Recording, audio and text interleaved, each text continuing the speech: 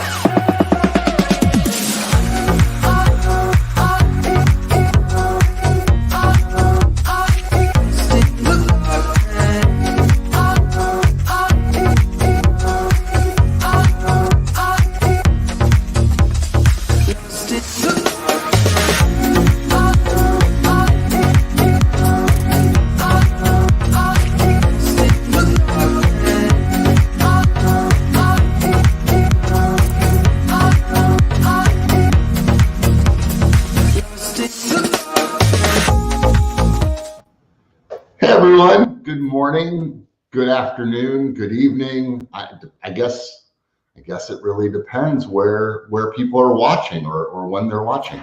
I do think one of the last episodes we had one or two people from outside of the United States watching, which that's always kind of cool when you can expand. I'm really excited about today, and I'm going to introduce John here in just one second.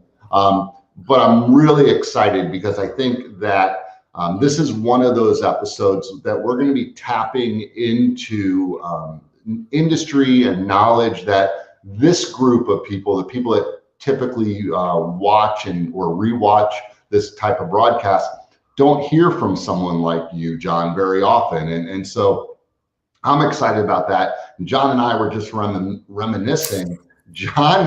John's actually been working with the Center for Sales Strategy in some capacity and being a speaker at some of our events for at least 15 years, maybe longer. We both recall 2006. Right. So we got that. If you're wherever you're joining us from, always comment, give us a check-in. Where are you today, and where are you watching from? It's always good to start using the comment box like that. And then, as always, I do have a list of questions that's going to guide our conversation. But if you have a question, if there's something that you want to know, or if we're not going deep enough, feel free to put it in the comment box, and we'll get to it. And if we don't get to it, we'll put up John's contact information at the end. You can certainly reach out directly to him via LinkedIn. All right, so quick introduction. Let me introduce John, and then we'll jump into it. So John Matthews is president and CEO of Gray Cat Enterprises and is responsible for the management of all consulting activities for the firm. He's got 25 years of experience in retail management, which includes marketing and operations management, category management, M&A, mergers and acquisitions, facilities management, and real estate and corporate communication in a spectrum of industries, including quick service restaurants, convenience store operations, and general retail. So we're going to dive into that. In recent years, he has consulted companies like Quiznos, Sylvan Learning Centers, Starbucks, Potbelly Sandwiches, The Body Shops, and Burt's Bees in both marketing and operations. His views have appeared in newspapers and in industry trade magazines like the New York Times, Convenience Store Decisions, Brand Week, Convenience Store News, the Chicago Tribune, the Chicago Sun-Times, and many others. In addition to that, He's written 2 step-by-step manuals, one called Local Store Marketing Manual for Retailers and a How to Stage a Killer Grand Opening. And his latest book, which you should go and check out, is called Game Changing Strategies for Retailers. And you can get that on Amazon or probably anywhere else books are sold. So last thing, prior to founding his own company in 2004, he held senior management positions as president of Jimmy John's Gourmet Sandwiches and as VP of Marketing, Merchandising, Facilities, Corporate Communications, and Real Estate at Clark Retail Enterprises. John also worked for 9 years in marketing management as the National Marketing Director at Little Caesars. Did you come up with Pizza? Was that you? It's funny. I did a podcast earlier this month, and the guy asked me the same exact question. Everyone wants to know. I wish I did, but no, that was the brainchild of the Illich family. Something that simple, right? That everyone knows. I mean, it's great. John, thank you for being here. We're glad you're here. All right, let's jump in. What is GreatCat? Tell us, what do you do? How do you help businesses?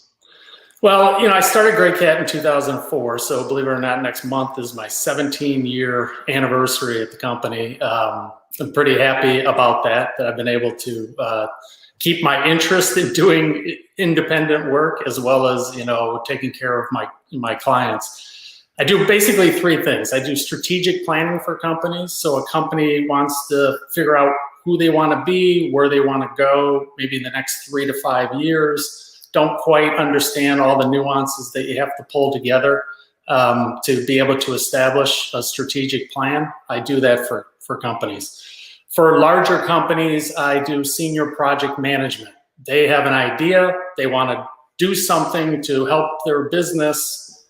They have a bunch of vice presidents that have daytime jobs. They don't quite know who they're going to pawn this off on. So they go, let's tap someone who has a lot of expertise and bring him in and treat him like a vice president and have him run projects for us. And then the third thing, which I have really enjoyed, has really happened in the last 6 years, is I've been tapped as kind of an interim executive manager. So a company will come along and let's say they go out and buy a division, but they don't have someone to run it. They want to buy some time, so they bring me in to run the division. Somewhere, could be a couple of months, could be a couple of years. I've had some engagements go as long as 3 years, running these divisions for them to buy them time to figure out, so they can figure out what they want to do with it. And that's exciting work for me. I like doing that. Yeah, that's interesting, right? I mean, you bring in expertise, you help them at exactly what they need at the exact right time. And because you've done it now for several times, you also have perspective. And, I've had you rattled off a lot of the clients that I've done business with. I get to learn the best of the best and then apply that to new situations that I run across, which is remarkable.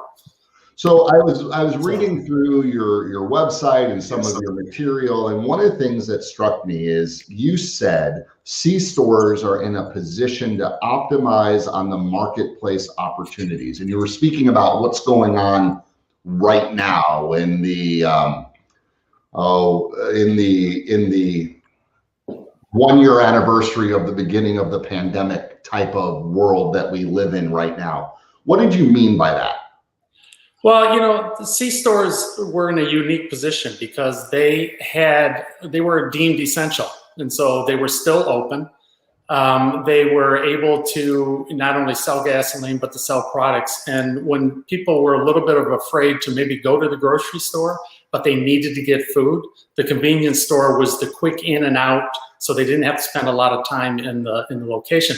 The other thing where convenience stores really did well was in food service. The convenience stores that had a credible food service operation, a lot of these restaurants, were closed. And so people who wanted to go out or get carry out or to actually go in and actually purchase a made to order sandwich or something like that, the C-stores were there to help with that. So it was a huge opportunity. And, if the numbers are right about restaurants, that maybe 15 or 20% of them are never coming back. If you had a credible food service operation in the C-stores, you had a chance to gain what I call share of stomach. There are a lot of people out there that want to eat, and you're going to be a very convenient option for them. Yeah, I would imagine, and maybe you have data on this, or maybe there will be data in the future. I would imagine that you created new habits for people. Like they didn't normally go to the C-store for this or for that, and now they are. Now that's just where and that's going to make a big impact for the future. Yeah, and C-stores also, everyone's using the word pivot. They pivoted a little bit where they actually started to offer drive-through, curbside pickup, grab and go more. So they try to jump on the bandwagon to make it easy for customers to come in, and also for the customer to feel safe. And that is paramount. I mean, it's no different than when you're running a restaurant. If you have a foodborne illness in your restaurant, the customer is not going to come back because they just don't feel safe in that environment. So it's important that the C-stores actually raise the bar as far as safety, cleanliness, sanitation, and a lot of options where people can just simply drive up or get it delivered to their location. Yeah, I wonder if we're going to see C-stores become bigger. I mean, I'm down here in Texas, and we have Buc-ee's. Yeah, Buc-ee's, which is a great concept. Which it is. Is that technically a C-store? Well, it's kind of like a Walmart with 168 fuel dispensers. It's like a truck stop. Some of their bathrooms are actually bigger than the average size of a C-store, which is interesting. But to your point, and they have pivoted the selection that, like, I noticed at the C-store that's by where I live, the wine selections is pretty good. Right. I mean, it doesn't have the selection that certainly a wine store would have, or Total Wines or something like that, but pretty good. I mean, convenient. Yeah. And I think that's that. So I think, anyone that's watching this, especially, we reach a lot of people that are in the media industry, and sell advertising. That's a good category probably right now to go after. They've fared well the last year, and they're probably, if they're doing it right, they might be set up to have success in the future. Totally. When you look at some of the big players that have done food service right, or in the case of Buc-ee's, where they've got every type of merchandising available because of the size of their stores, the Sheetz, the Wawas, they are at Quick Trips. They're very well set up to take what was given to them potentially in the last 18 months, because they were set up in advance of that to be able to take advantage of the situation. You hate to use that word, taking advantage, but when people go away or restaurants close, consumers have to go someplace. Yeah. And so the convenience store is actually becoming that outlet for them. I want to go a little deeper on that. I'd like you to address some of the key trends that you're seeing. But before that, just before this call, I was on a call with someone, and we were talking about it all depends on what you focus on, right? And that there are lots, and this is kind of like a mindset issue. But a lot of people, they look at and they go, oh, look at all the businesses that didn't make it or haven't pivoted correctly, haven't changed. But you could also and go look at all the businesses that they're really doing quite well. They're having some of their very best years. They're adding locations, they're hiring. It depends on what you focus on. And so I think C-stores, you had some interesting information on your website and some of the blog articles that you wrote. What are some of the key trends that you're seeing? So the key trend, and it's been a trend actually for the last 10 to 15 years, but it seems like it's going to be doubled down on, is the food service. Gasoline, is still very unpredictable as far as gas margins are concerned. Less and less people are smoking. There's a push towards more healthy food, better for you food. And the consumer just doesn't shop at convenience stores. They go to Chipotle, they go to Panera, Right. they get exposed to good food. And so when they walk into the convenience store, they don't want a frozen burrito as their only option. They just ate a freshly made one at Chipotle. They want to have good quality food. So the bar has been slowly rising at the C-stores. The issue is, there's 150,000 C-stores out there that were in existence 10 years ago. And so all of those C-stores now have to kind of go through this metamorphosis to get into the food service business, and they have to remain credible for the customer.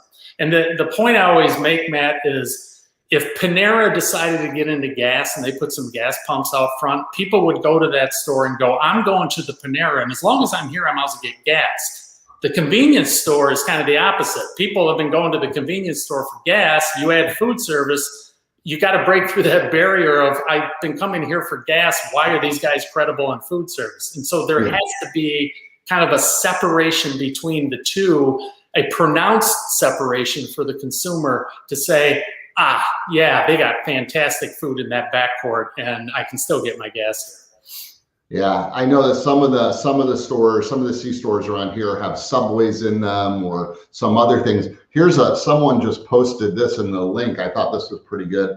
I've never eaten pizza from a C store before this year, but my local Casey's makes a killer taco pizza that has become a weekend regular. How times have changed. I went from stranger to regular loyal customer. I mean, this is exactly what you're talking about. Yeah, and Casey's is a perfect example. I mean, they're located, most of their stores are located in smaller communities. And again, when the restaurants were shut down, people probably gave them a try, and they got past the stigma of, I'm going to a convenience store to get pizza, and then they find out that it's actually credible. They're like the little weekend pizzeria in that small town. That's exactly right. One of my favorite barbecue restaurants is Oklahoma Joe's up in Kansas City. I don't know if you've been to that. I've never been there. Oh, it's famous, but it's in a gas station. I mean, and people go there for the barbecue, not for anything else. All right, let's switch subjects, because I noticed on your website you've written some things about using LinkedIn effectively. Give us some advice on how a business or how business people can use LinkedIn more effectively. Well, I'll just give you some statistics. I've been on LinkedIn since 2005. I was introduced to it by a gentleman in Chicago. At the time, I was living in Chicago, and all of my clients were Illinois based. And then he said, John, you may want to check out this LinkedIn. And I was an early adopter. There were only 2 million people on LinkedIn at that time. I think there's 600 or 700 million now. And what it taught me was that just because I lived in Chicago doesn't mean I have to only have clients in Chicago. And LinkedIn helped me break down the geography, because I could reach out to specific people, and I do this on a regular basis, reach out to specific people that are outside the city limits of Chicago that are, opportunities for me.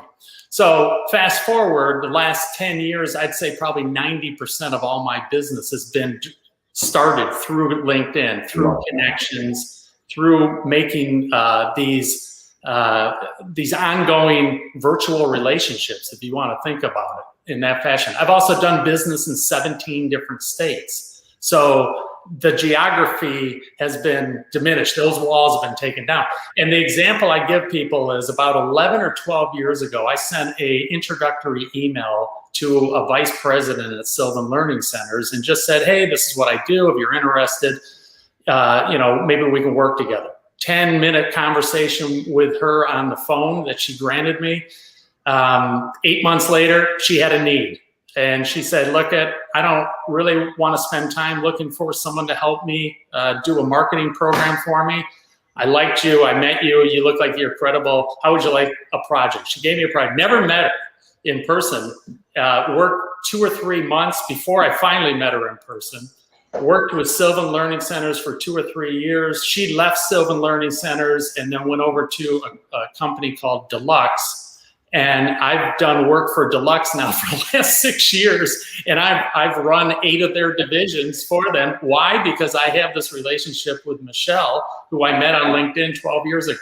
And her and I have turned out to be fantastic partners. She's happy with the work that I perform, and I fill gaps for her at the company called Deluxe. So it's one of those stories, and I've got a number of those where I met someone on LinkedIn that it blossomed into something down the road. So yeah, it's incredible. It's really incredible to me how many people don't use LinkedIn. I think, you talk about what people think something is and what it is. I think a lot of people think you only use LinkedIn when you're either looking for a job or looking to hire someone, which is so wrong. I mean, it's good for that too. It is good for that.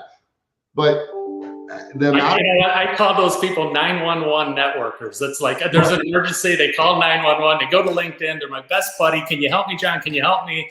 I point them in a certain direction, they land a job, and then I never hear from them again. And I'm kind of like, really? That doesn't sit well with someone. You got to establish these relationships for the long haul. Matt, you and I have been connected on LinkedIn, God knows how long, and right. We probably haven't talked face to face in 10, 12 years, but here we are. We had a relationship established 15 years ago, and it's just continued.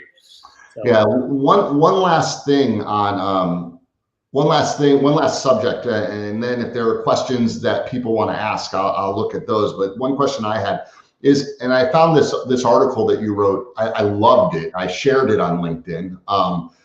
You published a blog recently called Targeting a Vertical Market. Yep. It is absolutely loaded with great ideas. And Shay, I don't know if we'll put a link to that on the screen or in the notes to this, because I think everyone watching this would really get a lot out of that. But give us a summary. Give us some of the ideas from that article that you can share with us. Well, I target, obviously, the convenience store is one of my verticals that I go after. So in the convenience store world, I reach not only the big players in the convenience store by networking. I've got a list of the top 202 convenience store chains and have a number of connections that I've established over the years with people that are working for those chains. So they see the stuff that I post. I post a couple things a week on LinkedIn. And so those folks see the items that I post.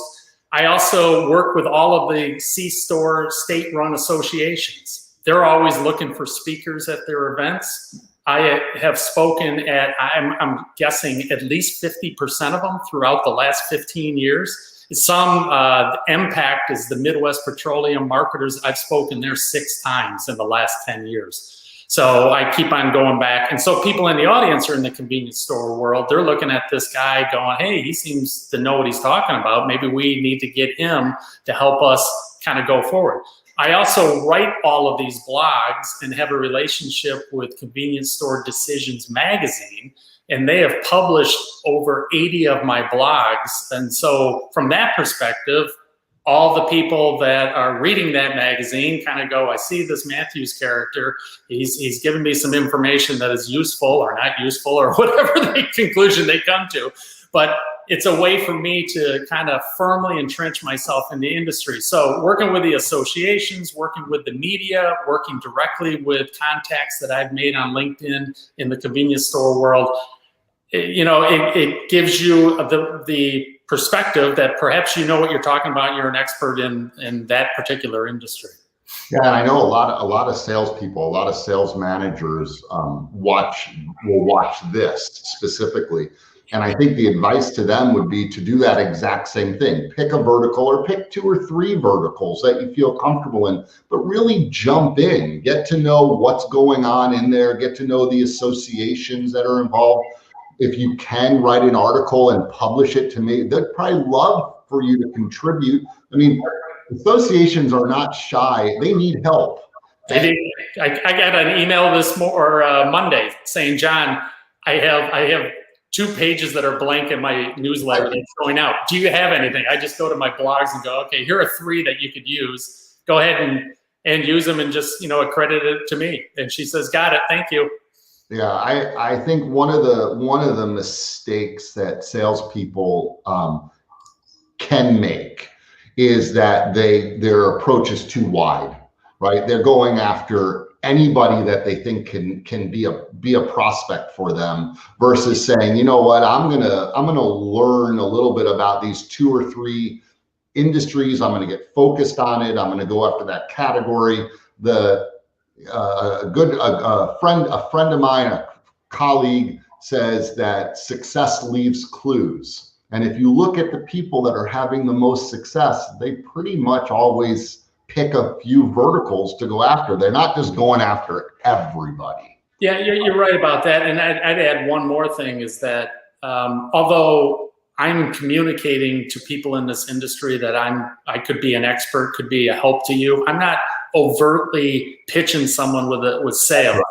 And so I want people, especially like when I do speeches, I want people in the audience to kind of come to their own conclusion. This guy seems to know what he's talking about, and I think we have an issue that he might be able to help us. I've always said, if you go to my website or you go to my LinkedIn profile and there isn't enough stuff there to convince you I kind of know what I'm talking about with regard to this, then it doesn't matter. I'm never going to convince you. I mean, Right. it's just filled with information that should establish some sort of credibility. One of the things you just said that I just want to put an exclamation point on is, it's not about overtly selling. It's truly about being helpful, right? It's truly about being helpful. And if someone needs more than the help that you're giving and you're just putting out there, they're going to reach out to you because they see you as the expert, and then maybe there's a business opportunity. But before that, you just have to put yourself out there and be helpful. All right, John, thank you so much for joining us. This has been absolutely fantastic. We'll put your contact, if you want to reach John, if you want to get a hold of John, you can connect with him on LinkedIn, and that's his specific URL. Or if you go to LinkedIn and then you put in John Matthews Gray Cat, you're gonna find John. That's the best way to do it. Also, please like, subscribe, and share our YouTube channel. I know we're on LinkedIn and we're on YouTube. We live cast to both. But if you could, youtube.com/improving sales performance. We're very proud that we have a dedicated URL like that. That means that we're making it. We're starting to get more and more followers, but we do want more, so please share. I want to tell you about next week's live cast. It's absolutely fantastic. One of the things that we've been doing at the Center for Sales Strategy for a number of years is target drives. And if you're a client of ours or a former client of ours, you know that a target drive is a focused effort on driving new business from target accounts. And what is a target account, and how do you go about driving that new business, and what is the process? We're going to dig into all of that, but I'll tell you that those target drives have generated over $100 million for our clients over the past couple of years. And so it's really impressive. If you're watching now, you're going to want to make an appointment to watch next week. So if you hit the alert button, the little bell, you're going to get alerted. And also tell everyone you know about it, because it's going to be one of those episodes you're not going to want to miss. John, thank you so much. My pleasure. And again, if you want to get a hold of John, if you like what you heard today, if you want a little bit more of John expertise, reach out to him on his LinkedIn. He'll be happy to talk to you. Thanks, John. Thanks, Matt.